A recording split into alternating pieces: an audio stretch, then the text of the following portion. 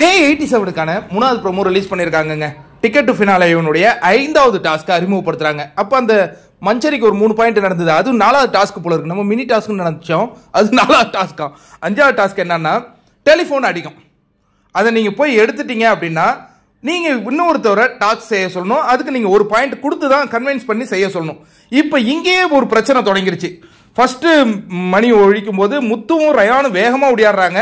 யார் அதை தொட்டாங்கன்னு 2 பேருக்கும் பஞ்சாயத்து.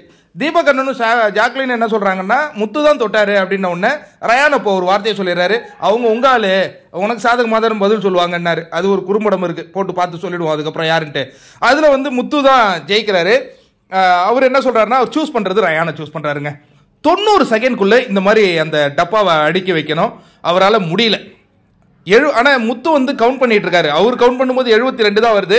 அது எதற்காக குறைவாக கவுண்ட் பண்ணனா பதட்டம் அடைஞ்சிட்டான் அப்படிங்கிற மாதிரி அவர் சொல்றாரு. ரயான் அடுக்காததுனால முத்து அந்த கேம்லேருந்து அவுட் ஆயிடுறாரு. அதுக்கு அடுத்ததாக இந்த புகைப்படத்தை பார்க்கும்போதே உங்களுக்கு தெரியும் தீபக் அண்ணா இதில் அவுட் ஆயிருக்காரு. அவரு டெலிஃபோன் எடுக்கும்போது அவருக்கு என்ன சேலஞ்சு அப்படின்னு பார்த்தீங்கன்னா 5 லிட்டர் தண்ணியை ஒரு நபரை தேர்ந்தெடுத்து குடிக்க சொல்லணும். அதுவும் ஒரு பர்டிகுலர் டைம் பீரியட்ல அப்படின்னு அவர் ராணுவ கூட்டிட்டு வர்றாரு. டே 5 லிட்டர் தான் குடிச்சிடுறியா, ஒரு பாயிண்ட் தருவீங்களா, தரண்டா குடிச்சிட்றா அப்படின்னு கூட்டிகிட்டு வர்றாரு. ராணவும் குடிக்கிறாருங்க. 5 லிட்டர் அவரால் முடிஞ்ச வரைக்கும் அவர் ட்ரை பண்ணுறாரு. நம்மளை நம்பியிருக்காரு தீபக் அண்ணா அவருக்கு பாயிண்ட்ஸ் வாங்கி தரணும்னு. ஆனால் ஒரு கட்டத்தில் அவர் கண்ணுலேருந்தே தண்ணி வர தொடங்குற அளவுக்கு குடிக்கிறாரு. வாந்தி எடுக்கிறாரு, போராடுறாரு, முயற்சி பண்ணுறாரு. பட் எனக்கு தெரிஞ்சு தீபக் அண்ணனுடைய ஃபேஸை பார்க்கும்போது ராணுவாலும் அது குடிச்சு முடிச்சிருக்க முடியாதுன்னு தெரியுது. அதற்கு அடுத்தது ஜாக்லின் ஃபோன் எடுக்கிறாங்க. ஜாக்லின் ஃபோன் எடுக்கும்போது ஒரு நபர் நீங்கள் சாக்ரிஃபைஸ் பண்ணணும், ஒரு பாயிண்ட் கொடுங்க. ஆனால் இதுக்கப்புறம் அவங்க டிக்கெட் டு ஃபினாலே இதுதான் கேம், கடைசி கேம், இதுக்கப்புறம் அவங்க விளையாடவே முடியாது அப்படிங்கிற அந்த விட்டுத்தரும் மனப்பான்மை யாருக்கு இருக்குன்னு சூஸ் பண்ணுங்க அப்படின்னு ஒன்று ப்ரோமோவில் சௌந்தர்யா அப்படி உட்காந்துருக்கிற மாதிரி காட்டுறாங்க. டே இதுக்கு மட்டும் சௌந்தர்யாவோட அவங்களுக்கு இப்போ ஜாக்லினுக்காக சௌந்தர்யா இனி டிக்கெட் டு ஃபினாலேவே ஆடக்கூடாதுன்னா என்னடா நியாயம்? அவங்க என்ன சூஸ் பண்ணுறாங்கன்னு அவங்க சூஸ் பண்ணுறது இவங்க ஒத்துக்கிட்டாதான் என்ன நடக்குதுன்னு தெரியல. அவங்க சௌந்தர்யாவை கேட்டு பார்த்தாங்களா என்னன்னு தெரியல. பட் என்ன நடக்க போகுதுன்னு பொறுத்திருந்து பார்ப்போம். ஆனால் இது ஒரு பயங்கரமான டாஸ்க்குங்க, விருந்துங்க. சத்தியமாக சாப்பிடவே முடியாது இவ்வளோ சாப்பாடை. அது யார் எடுத்தாங்களோ தெரியல, விஷாலை தேர்ந்தெடுத்திருக்காங்க. இவ்வளோ விருந்து எப்படி சாப்பிட்டு பிடிக்கிறது? பட் விஷால் கஷ்டப்பட்டு சாப்பிட்டுட்டு இருக்காரு.